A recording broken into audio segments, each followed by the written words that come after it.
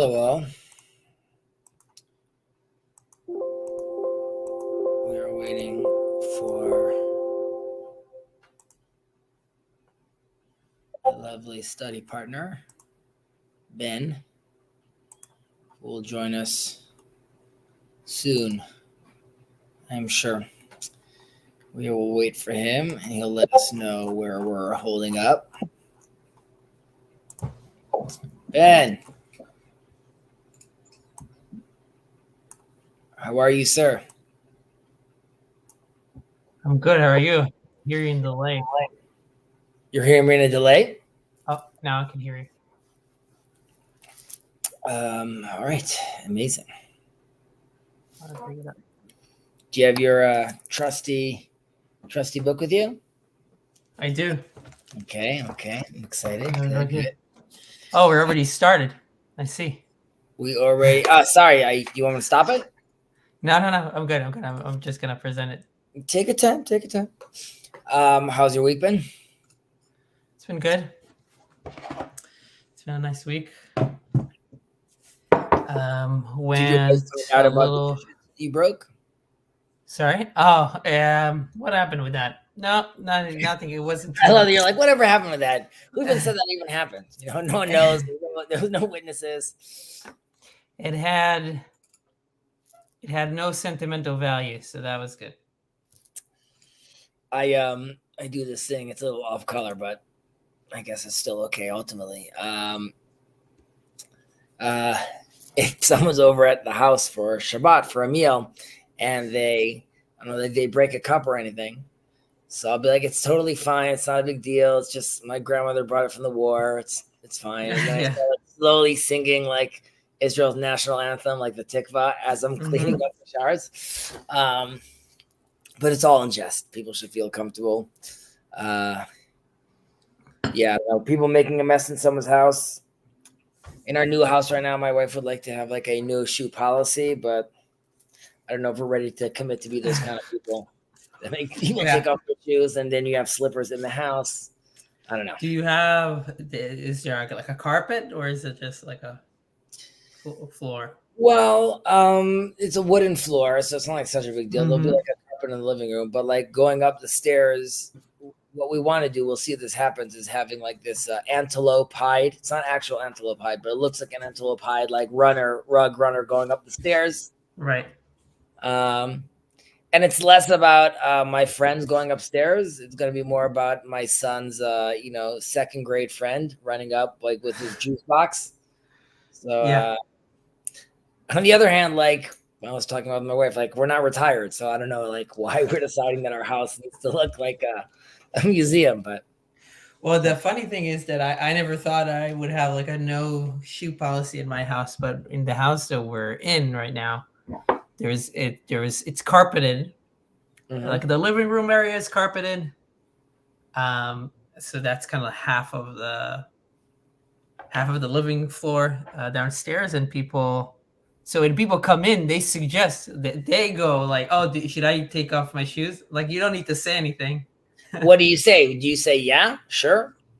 Yeah, because on the carpet we try not to be with our shoes on, and it's pretty nice because we actually, if there's children that come here, if it's my nephews or anything, they they roll on the carpet, I roll on the carpet, so it's kind of nice to not have shoes on the carpet that way. So that sounds fantastic. I guess the problem is like, A, do you offer like a slipper, and B, like then you have to deal with the fact that like that person suddenly had like two socks that don't match.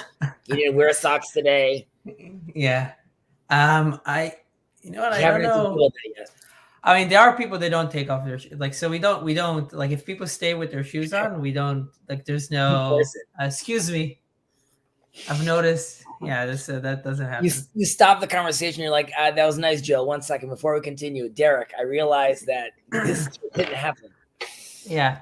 No, it's just funny that people they see a carpet, they suggest it automatically. So.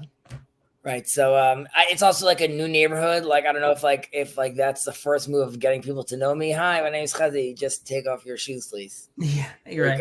So we'll probably we'll just suck it up and just deal with it. Aside from that, work's going well. Family's doing well? Yeah, pretty good. Okay. Very I'm good. very glad to hear. Everything good on your end? Thank God things are good on my end. Praise the Lord. My partner came back from the reserves. Mm-hmm. So just like today, he was back for a full day, and like I just loved it. Like I heard him yelling at some guy on the phone, and I just like looked at him later. He's like, "Why are you smiling?" I'm like, "I'm just happy that you're dealing with this." But and another guy that works for us in our office, he also got off of the reserves this week, but we told him not to come in this week. Just take the week to just spend time with your wife, be home, like just decompress, and come in like the following week. Yeah. While I am very eager to have him back, I think it's better to have I don't want a broken soul. So so he's gonna head back. So hopefully we're moving towards some sort of normalcy. Good news about us retrieving two hostages. You see, that is beautiful, beautiful, amazing news.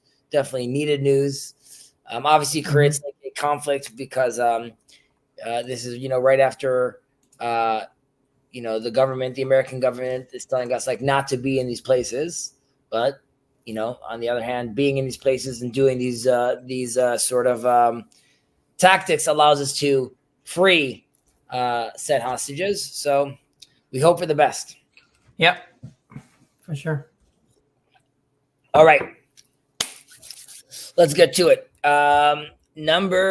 Chapter 5, number 10 is the last one we did. Right? We're talking about people. We talked about the person that says what's mine is yours and yours is mine. We spoke about how that's someone that is a fool, not recognizing A, like the communism aspect of it, B, the realization that you can't forfeit other people's stuff. We spoke, we expanded more of that, of course. We spoke about the one that says that mine is mine and yours is yours. And we explained how we give a background, a little of history of the land of Sdom, Saddam, and how they were very meticulous about measurements, how they were not very into giving charity to other people.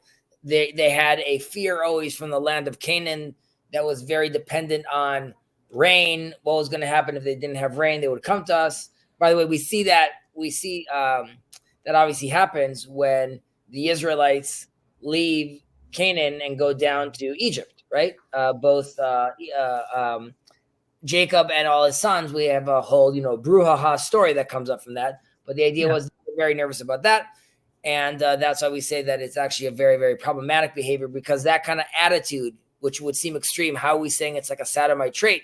That kind of attitude of measuring everything, being very meticulous, not understanding that there's more to than just like these exact quantifications of your wealth, could lead you to have a corrupt ethical system, which it could lead you to eventually becoming a man of Sdom, which obviously was very, very, very, very problematic. Right, which kind of connects to the previous Mishnah that we discussed in the last week as well. Kind of talking about that's a great connection. Right, leaving when you're carrying your bundles of wheat. You can tell me technically what the term is called, but when you're carrying your bundles of wheat, right, instead of when things fall from your shoulder, fall from the bundle to the floor, instead of picking them up, you're supposed to leave them for the poor. You're supposed to forget, shechecha. But if you are meticulous and you say, I'm going to carry everything and everything is going to get to, everything is mine, then that creates what is discussed in the Mishnah, that creates a non-optimal environment, not only for you but for the whole society, whether that comes through wild beasts or plagues or diseases or whatever, corruption, all those kind of things. Well, like we said, it puts the balance out of whack, so to speak, right? When I'm no longer right, and then like if I'm not in the position of holy man, then animals no longer under like sort of my jurisdiction. And whatever that means as far as animals, we spoke about the animals. In this case, we spoke about the animals being an imbalance in the world, and you are now exposed to this sort of these sort of damages. We also gave an example of these animals could be metaphorical, sort of like Daniel's visions with regards to these different nations, worldly nations that are now could come onto you. And I think it was also a very good connection you made over there, which is right, that kind of ethical rot that we even have within, let's say, the Jewish community in this case, where like they're being negligent, they're not thinking about giving to the poor. And you even give an interesting example of, and this would relate to the Sodomite sort of thinking of, let's say, institutionalizing or creating a like preferable pauper lot, right? Which is, I have these 4 poor people come from my fence, and I don't want other poor people coming, and I want it to be very just specific people that are going to come to my garden. So even there, we said, like, you shouldn't systemize it so much. Rather, we want it to be open for the poor person to be able to come sort of naturally and recognize that he's in a society where we're always, quote unquote, forgetting things or we're leaving things or uncut areas because we are welcoming all. We don't have a specific of the poor people that take from my garden need to have blonde hair or blue eyes.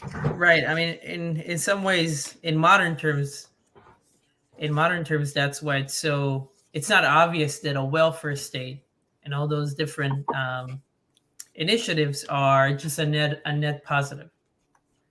So they can be gamed in certain ways, and so obviously we want to be in a space where we can help everybody, and everybody is empowered to make better choices and have more money to do better things. But how you institutionalize that, how you formalize that, that's the tricky part. We mentioned, and I think it relates, we spoke about the Chassid, the pious one, or the right, well, yeah, not Tzaddik is the righteous one, the pious one, which says, which mine is yours and yours is yours.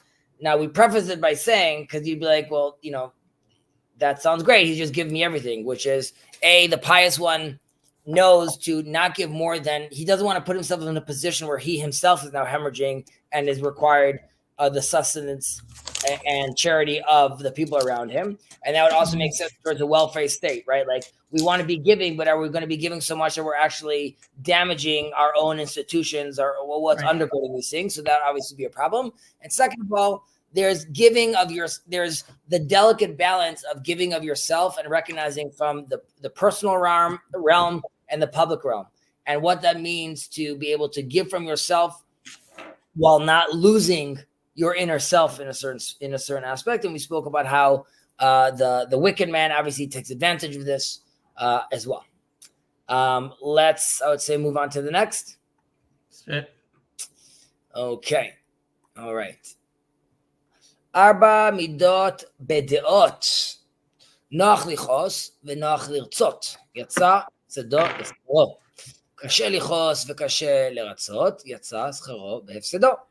קשה לכעוס ונוח לרצות, חסיד. נוח לכעוס וקשה לרצות, רשע.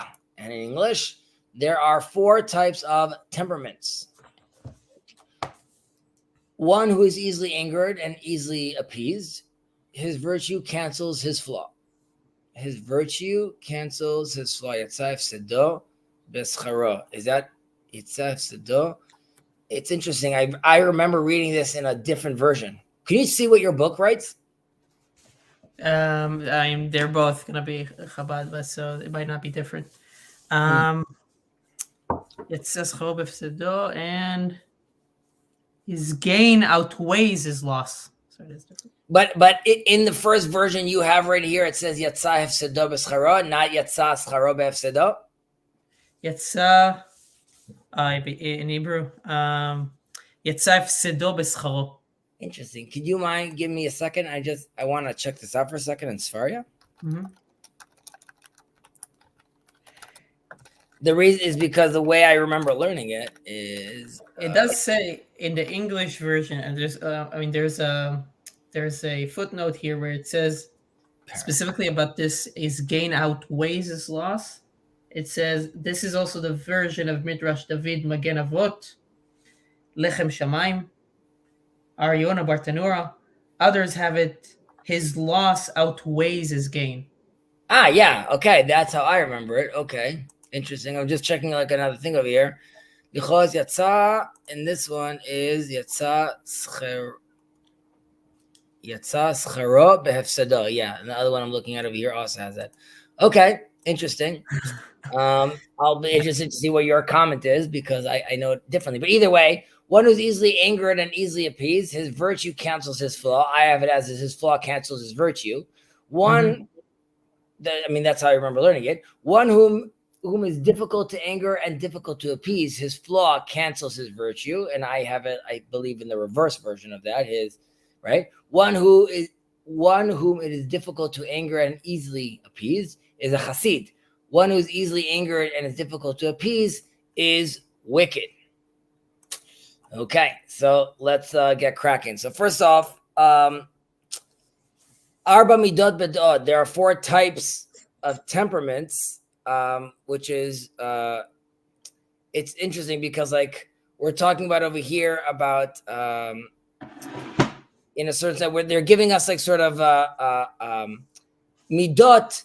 It says over here types of temperaments, but I'm saying midot are temperaments. Deot are sort of like opinions in a certain sense. Right. And those two aren't necessarily the same because temperaments are something that are emotional, and opinions, while could be affected by emotions, are supposed to be something that's more cerebral in a certain sense. Right. So more intellectual in terms, yeah. But here we're combining both of them, which we're saying arba midot bedeot, right? We're saying we have really, I would say it's like 4 temperaments, 4 opinions of temperaments in a certain sense.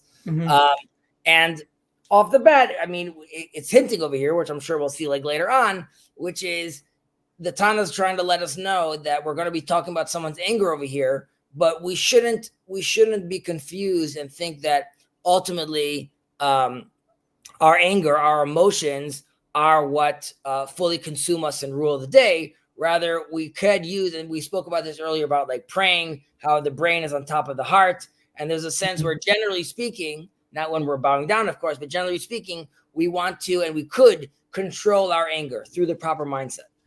Right. In a certain sense. But we'll see how that's broken out, how that's broken down in these examples. So we said about the noach lirtzot,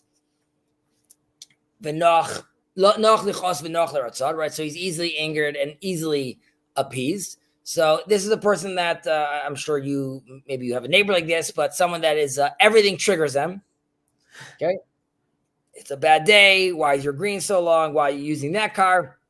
Everything is constantly upsetting them, and these are interesting kind of people, which makes it very, very difficult to live also with these kind of people, because you can never predict when exactly they're going to get angry.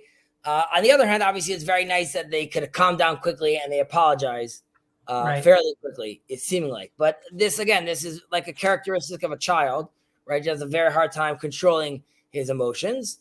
And in a sense, also, because he's so quick to appease himself or appease or forgive, it also just looks like very foolish of the people around him, right? You're just seeing someone getting super angry.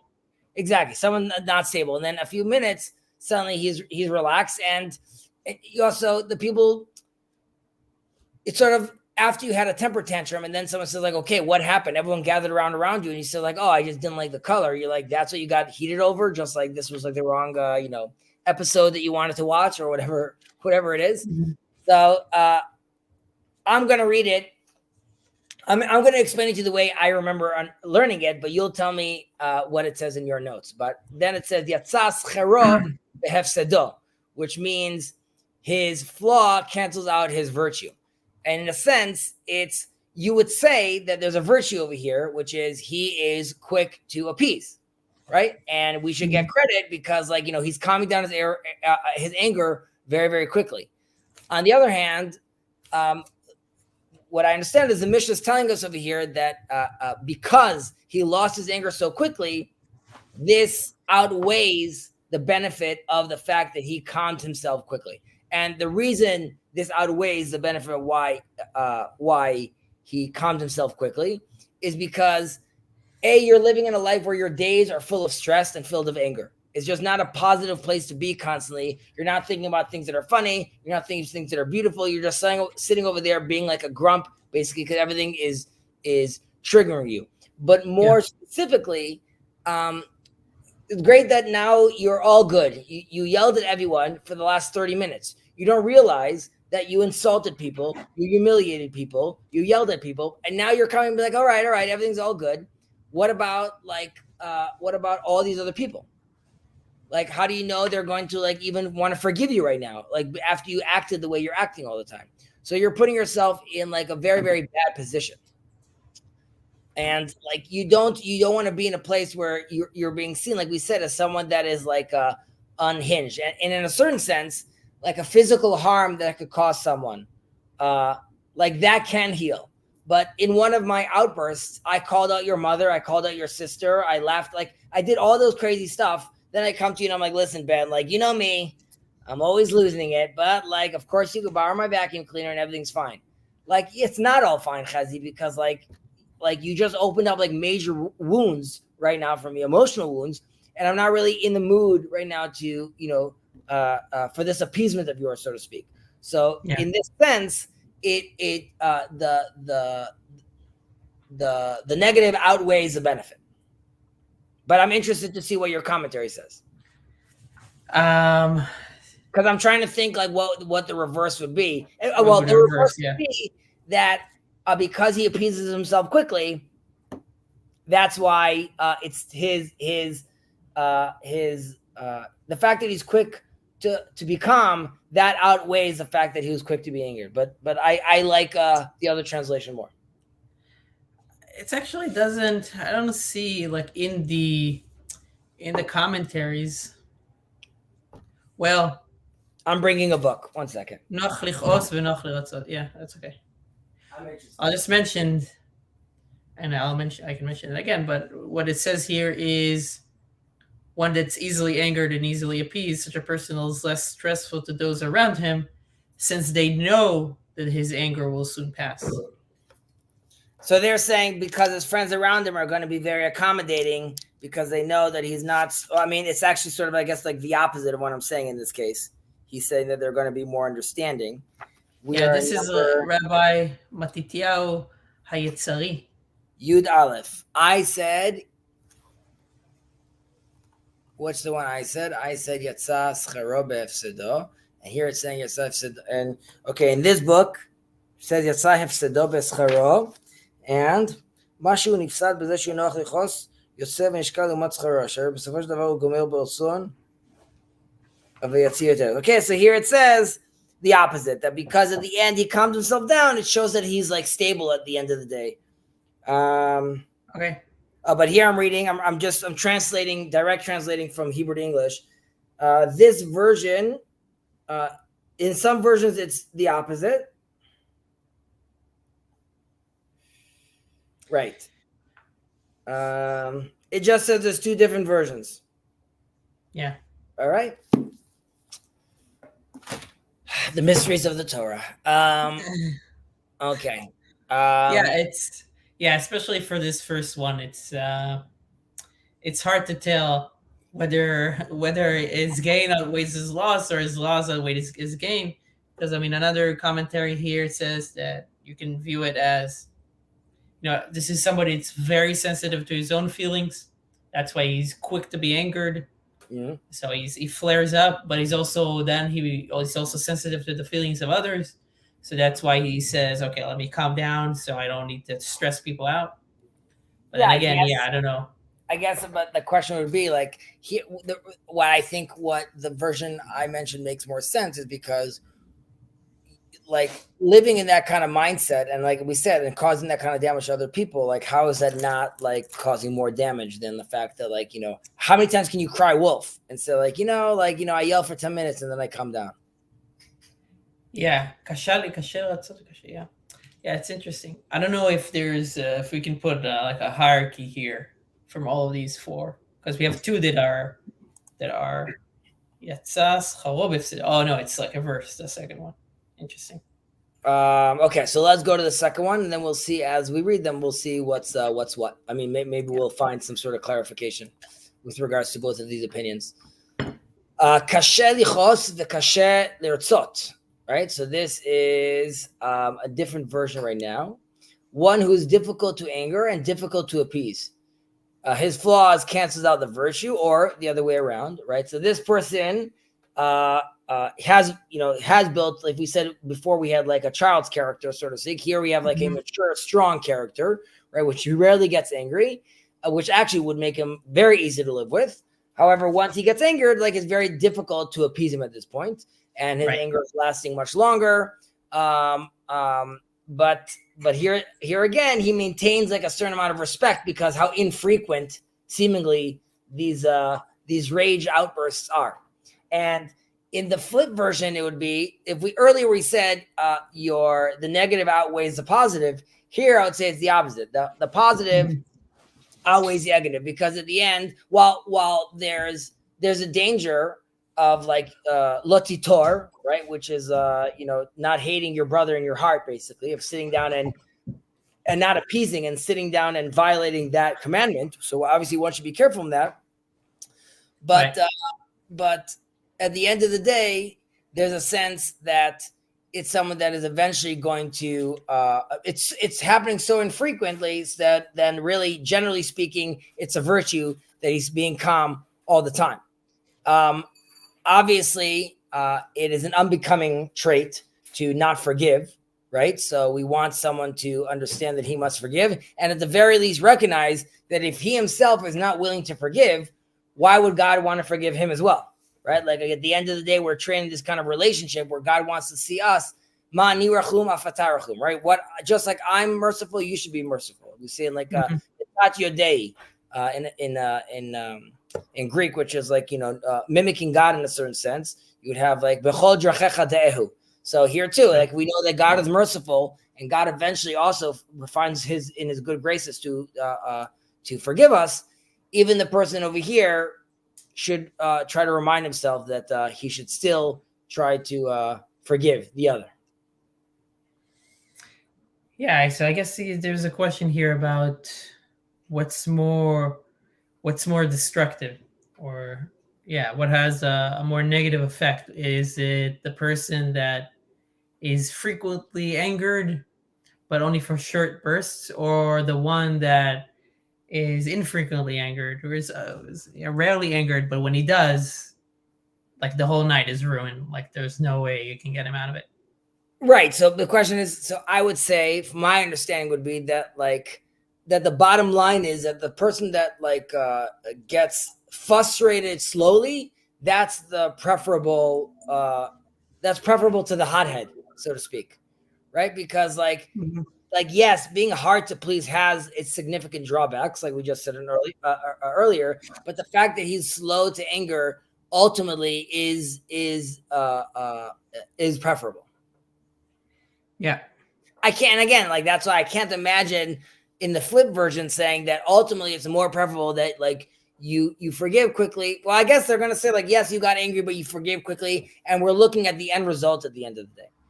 But I would say, what is it like the other 364 days a year, right? Like that's where you really want to be sort of having a relationship, which is like more enjoyable. Yeah. Okay. Then we have these two other versions, these two other characters over here, which is kashe lichos v'noach lirtzot chasid. One who's difficult to anger or slow to anger and is easily appeased is a chasid, right? A pious one, we said. And on the other side, we have noach lichos v'kashe lirtzot. One who's easily angered and difficult to appease is wicked, which would seem sort of obvious. But here too, it's interesting, which is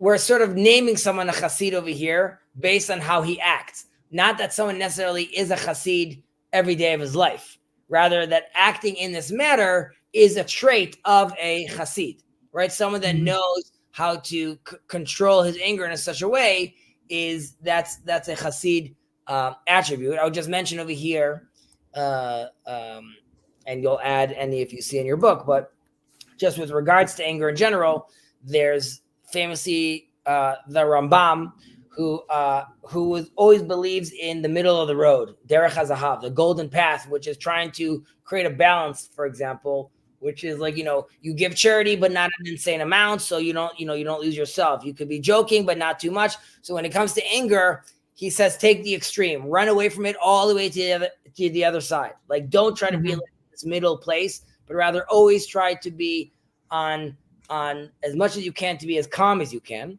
Ramban also believes in this, but his take is a little different. He says, always speak to everyone around you in very gentle words, and that will constantly remind you to being mindful of this gentle and relaxed and calm attitude, and then you won't get into these places where like you are hard to anger, so to speak. Also, notice that we didn't say the Chassid doesn't get angry.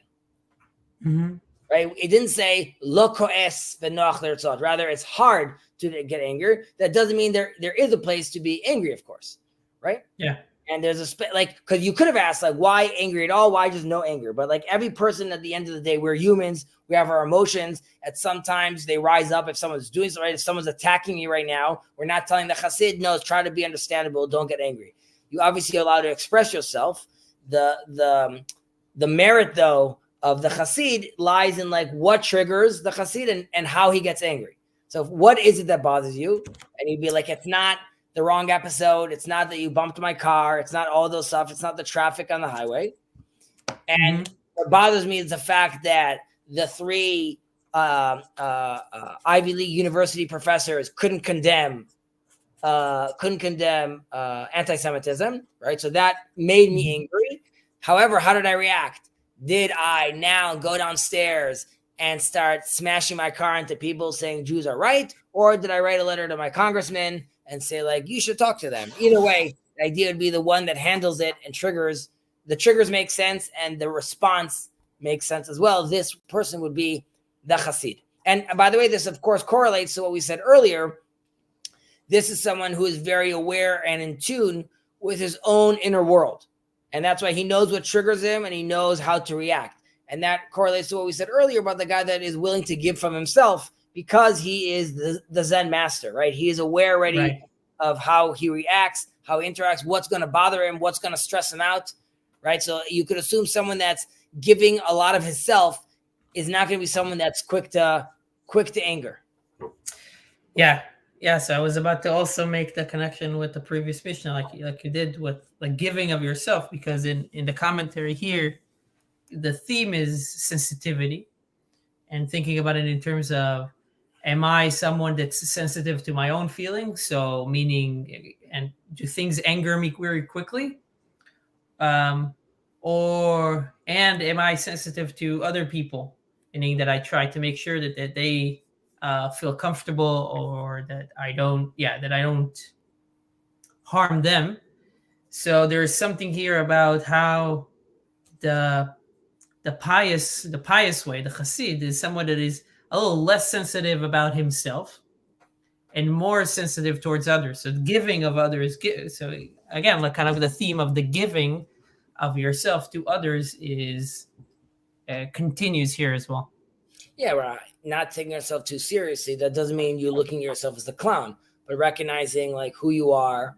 And this all goes back to us saying like the modani in the morning, right? The true recognition of who you are, who you're standing in front of, right? And once you do that, once you're in proper orientation, someone insulting you is not necessarily going to throw you off. You obviously feel like a lot more confident with your position to get insulted because someone called you out.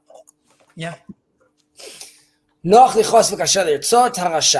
So the wicked man is quick to anger, slow to appeasement. We call him the wicked one, right? So also I've learned that here the slow to appeasement is also by others, right? So people are coming to him and saying, look, hey, here we go. Ben got very, very angry, but you know what, Ben, you were right.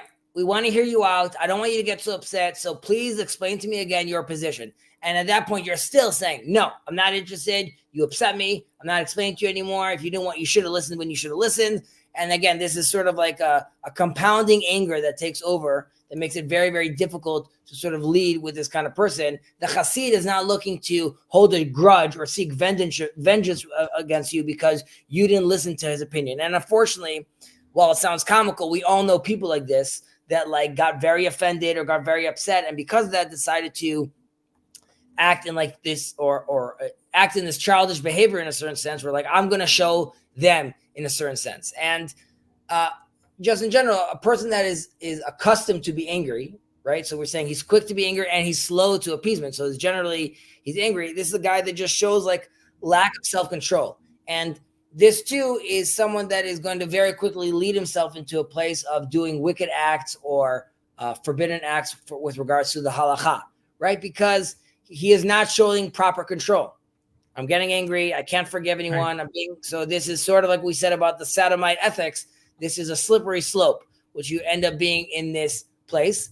If we mention the Rambam and Ramban, we should, of course, Ramban being Maimonides, Ramban being Nachmanides, we should, of course, mention the Zohar, even though I know that in Jacob's Discord server right now, there's some questions. Is the Zohar real? What is this?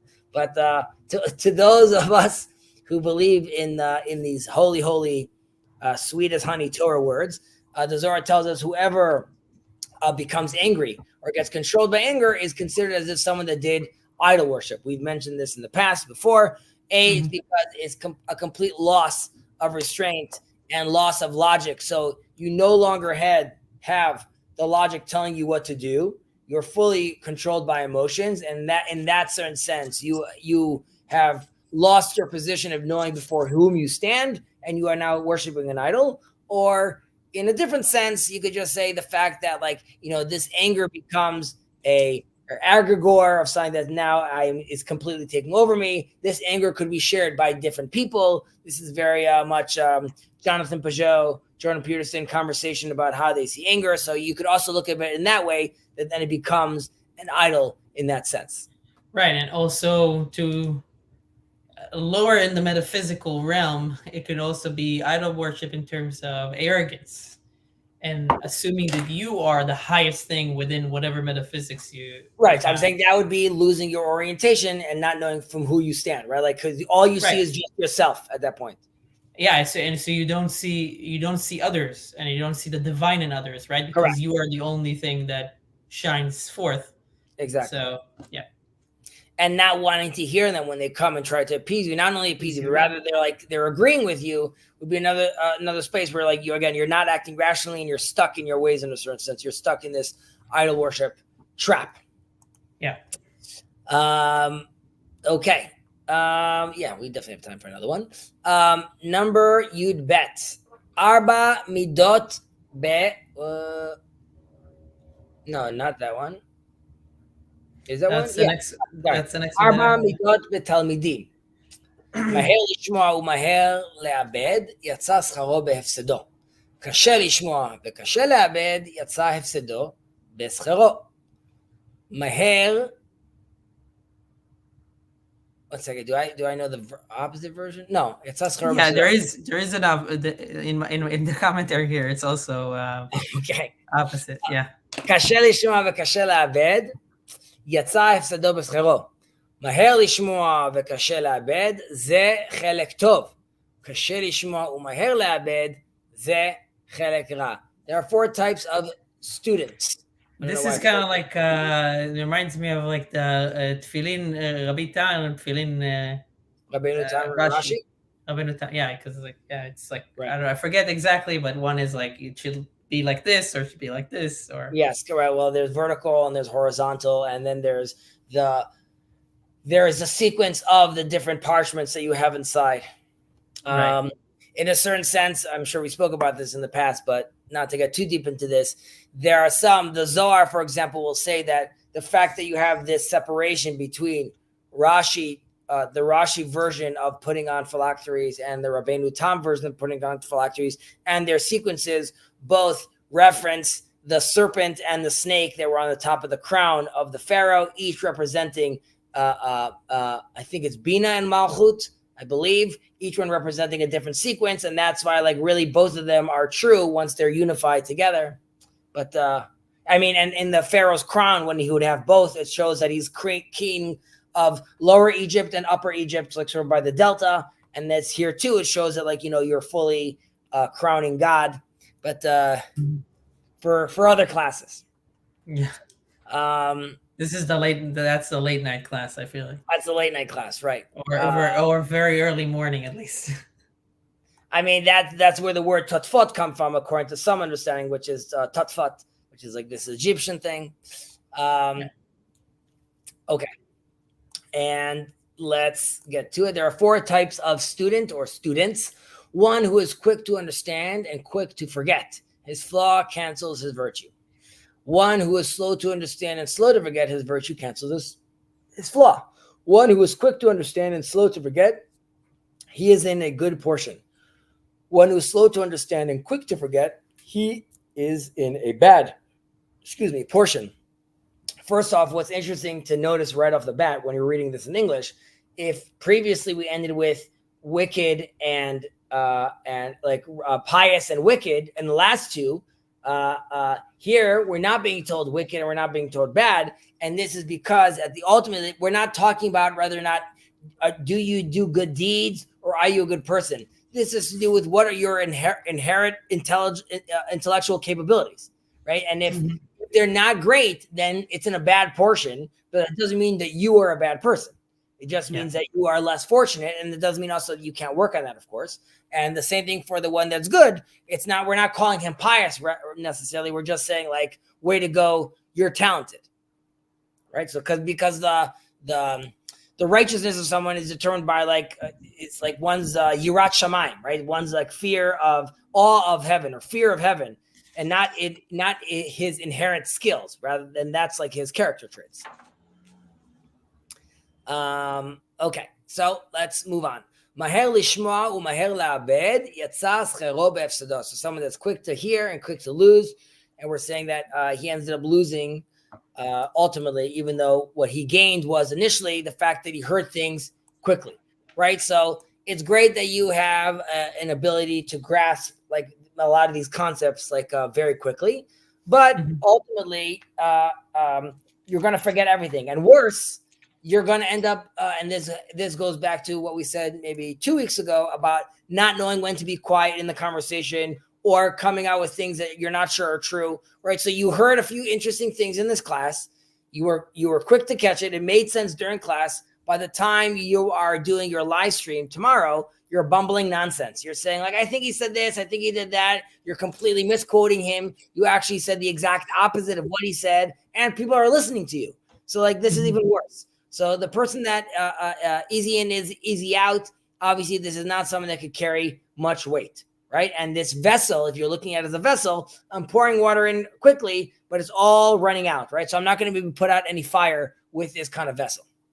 Right. So this kind of person should also plan to, if this is the way, if you see that I catch things quickly, but maybe on a surface level, and then I tend to forget things. Maybe for this particular person, it's really important to have to note whatever important things you heard, so that you don't lose them. So when you lose them, you've put them somewhere, so you can always kind of recall them. This is a little different, but I think the example still stands. And I'm guessing this is the case in the States, but in Israel, if you have some sort of dyslexia or ADD or ADHD, the schools, assuming that it's like that you have the proper, let's say, paperwork, accommodate in a certain sense, right? Which is, I know that you could understand quickly what's going on, but I understand that being in this classroom makes you lose focus and you forget it. Or I know you remember it, but once you have to write it down, you forget. So you're gonna take the test verbally, right? Obviously, we always have to see how much of society are we accommodating for someone. We don't want to make someone weak once he walks out there and sees the world is not going to kind of accommodate him at that level. On the flip side, we obviously want the experience to be a good experience and someone to actually be able to learn and not run out feeling. And by the way, also for the teacher could be thinking, this kid's fantastic. Like during class, he's like answering questions, but like I'm investing so much time in this kid, and every day he like has no idea what's actually flying because it in through here, out throughout the other. Right. Okay. Then we say kashe lishmoa v'kashe la'abed yatsa hefsedo b'scharo. someone that has a hard time comprehending, but ultimately once it's in there, right? So this obviously, his comprehension in this case is poor, but his memory or deep understanding is obviously blessed in this sense, and that's why the initial time that was lost is still proven worthwhile, right? Because ultimately, I could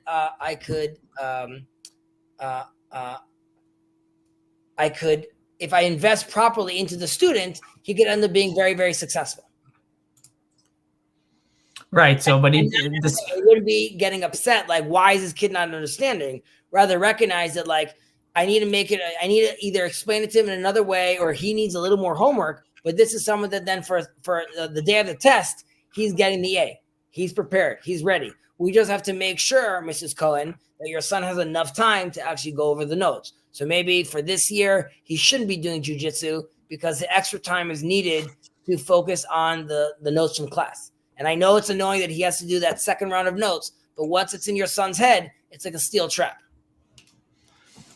Right. So it's really different ways. I mean, it tells us like these are different aptitudes, I think is the right word, of people. Yep. And how they get things and how they retain them. And for those different aptitudes, there might be different tactics that we want to employ when it comes to how they're inputting things. So we might need to spend more time. The teacher, the one that inputs the information, needs to spend more time on how to do that in a creative way, slower, more intentionally. And then for some people, like the first one, the child or the parent of the child need to, or the teacher, doesn't have to be a child. So the student needs to pay more attention or spend more time on how to make sure that he synthesizes or outputs the information more intentionally, more deliberately, either like right after the class or anything like that.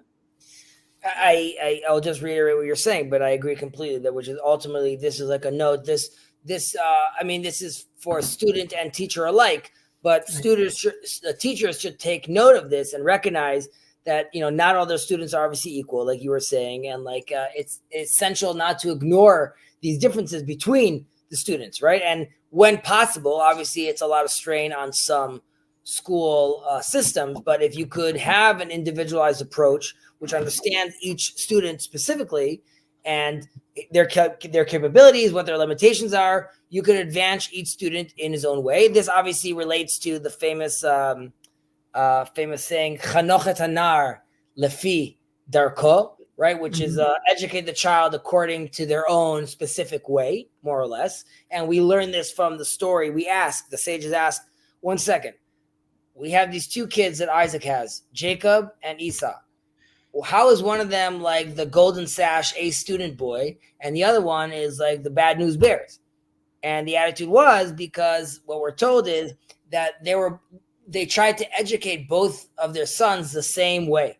In reality, it could have been that Esau needed a little more cuddling and Jacob needed a little more tough love, and you would have resulted in a completely different child. Maybe we would have saved ourselves a tremendous amount of stress over the last like close to 3,000 years if we just educated them properly. So we know that we, of course, as technology advances, it could be that you're going to be in a classroom in the future where every kid is getting a tailored, like the teacher is speaking, but my Meta glasses or Meta earpiece is translating it to me, curated for me, right? So it could be that my son needs to hear it in joke form.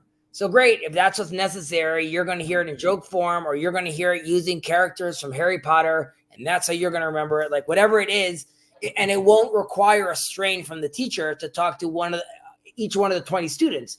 Rather, they just click the app, and each one gets his curated translation based on how they need to hear this information. This, of course, if you have such technology, opens up many doors for assuming the best in people, understanding that when someone, for example, I'm saying something to you and I sound very excited, your translator would note to say, like, drop the volume down by 10%, because like the way you're going to perceive it is like that he's being very aggressive, and he doesn't mean so at all.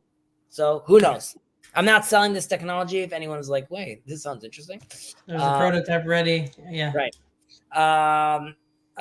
מהר לשמוע וקשה לאבד, זה חלק טוב, right? So someone understands quickly and has a hard time losing it. So here, like I said, the fact that they're saying it's a good portion is really stressing the fact that they're saying don't pride yourself on your own wisdom in a certain sense, right? Like this is a good portion. You're not considered wise right now. And this is a gift from God that you ultimately have. And it's nothing more. And it's amazing that that you have this, but we don't need to give you like an additional honorary title that because you're smart. Mm-hmm. And sorry, go ahead. No, I was about to say that's exactly the commentary here of trying to prevent arrogance from the good student that thinks, oh, I'm doing this like I'm amazing. Like I get everything. I don't need to write any notes. But this is not something that is, to distance him from, and I've heard this before, of like your effort versus what you were given. Obviously, your effort is very important, but making sure that you don't take that for as something that you are wholly responsible for. The results is something that can distance you from arrogance. Yes, correct. The results can, and also many times if you assume you hear it all and you know it all, then very quickly you could get lost in your own hubris, right? And at that point, if you become chacham enough, if you become wise enough, then you're being told, "Be chachamim hizaru b'divrachem," right? Be careful what you say because you might be misconstrued, and that's assuming smart people are listening to you as well. Like at some point you have to recognize. Once you're in this good portion, it just comes with a lot of responsibility, basically. קשה לשמוע ומהר לאבד, זה חלק רע. One who is slow to understand and quick to forget, he is in the bad portion, right? So obviously, this is a student whose understanding is weak, and he obviously forgets very quickly. Like I would just mention over here again, we're not judging the person by their abilities over here, but we're judging them based on their character traits. So here too, like it's totally okay, little Timmy, that you're having a hard time remembering. The question is, how are you going to take this information about yourself? Are you going to change your schedule? Are you going to work a little harder? Are you going to stay after hours? So we have to take this very, very, very seriously. And of course, like we mentioned, there's also the fact that you need to sort of pair this alongside the proper teacher, right? Like you could try the best that you want, but like if your teacher doesn't understand this and he either sees you as a kid that knows nothing, then obviously he's not gonna invest in you. But if you could show him that you obviously want to and you're willing to put in the effort, you could find a different position, and you could slowly maybe become from the boy that has a hard time hearing and loses it quickly. You could turn to the boy that has a hard time understanding but manages to maintain it, and maybe you'll be able to then even move to the place where I can hear it well and I can maintain it well. Yeah. Any notes in your magical book?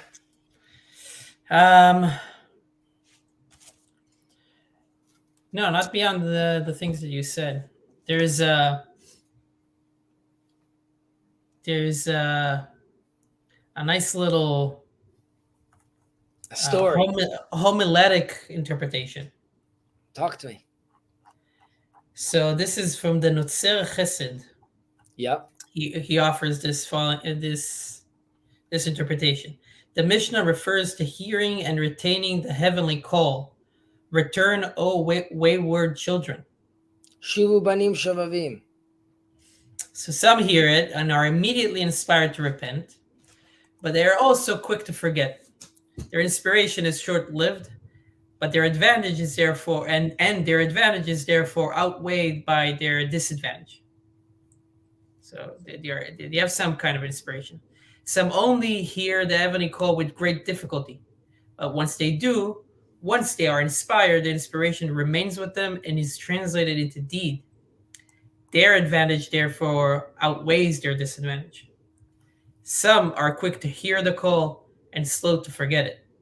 This is the good portion. Some are slow to hear it, and when they finally do, they quickly forget it. This is the bad portion. I like that explanation, which is like, less literal and more of a meta understanding of what sort of hearing the echoing call. They say God has been saying Ayeka for a very long time since the beginning, right? But only, and obviously Ayeka means where are you? And famously, Adam doesn't respond, Hineni, here I am. The first person to take God up on the call is Abraham. The sense was that that is always in the air. We're all being invited to hear God say, where are you? Just we're a little too busy to recognize and say, like, I'm right here. I'm here. See myself, ground myself, see myself for who I really am.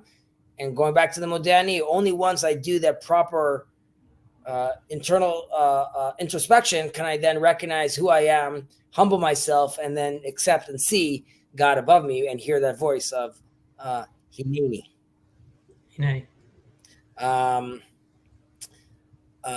In a certain sense, also, that's like again, this is just, and I'm hinting onto this because I don't want to get into this drama, but there was a person on Jacob's Discord who was very adamant about us talking about, or at the very least, that the Orthodox Jews in the stream accept the fact that reincarnation is like a must, believe sentiment in Judaism. And while, of course, it's something that's discussed often, there is an example where this is hinted to. There's a famous midrash where Adam, God is showing Adam the generations to come. And in a certain sense, that would be like, your soul sort of being aware of, this is beyond time and space, right? So you can imagine like all time is happening at once in a certain sense. So you are aware of all these things. And the soul of Adam, or Adam says, this person, King David, is not going to live a long life. I want to give 70 years of my soul, of myself, to Adam.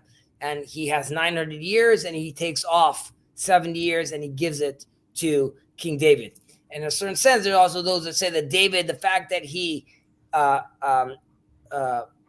built the temple, well, his son built the temple, but like got to a place in Israel where people recognize God's name in a religious structure, that was, in a certain sense, a version of the coming of the Messiah, right? That was like a win, basically, from Adam all the way till David. That was like a mission complete in a certain sense. Obviously, the mission has expanded and gone more than that, but there's a sense where, like, at that point, we got what we wanted. And just to end on that note of David, on David's death. So David was nervous in a certain sense also because he knows he has like this this gifted life.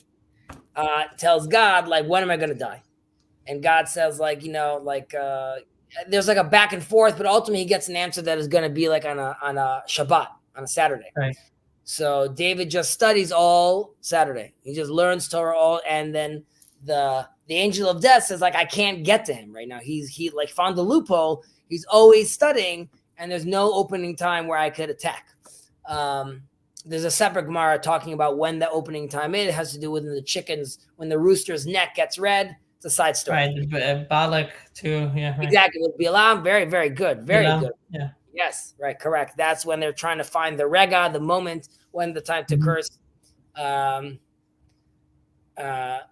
it's time to curse the Israelites. Either way, David is studying all day. So the Satan, he transforms himself into a gust of wind that rattles the trees in the outside the study hall. King David stops for a second and says, what was that? I'll go look outside. He trips, falls, and dies. And because it's on a Sabbath, is it the birds? I can't remember if it's birds. I think it's birds or the trees, but I'm going to go with birds. They cover him up and create shade on David, King David, so his body won't get destroyed by the heat. And then at the Saturday night, obviously they could bury him as well. But the sense was that like his soul had to be plucked because he was adamant on staying. All right, I think we will end here, and we will continue next week. You were saying that you like these.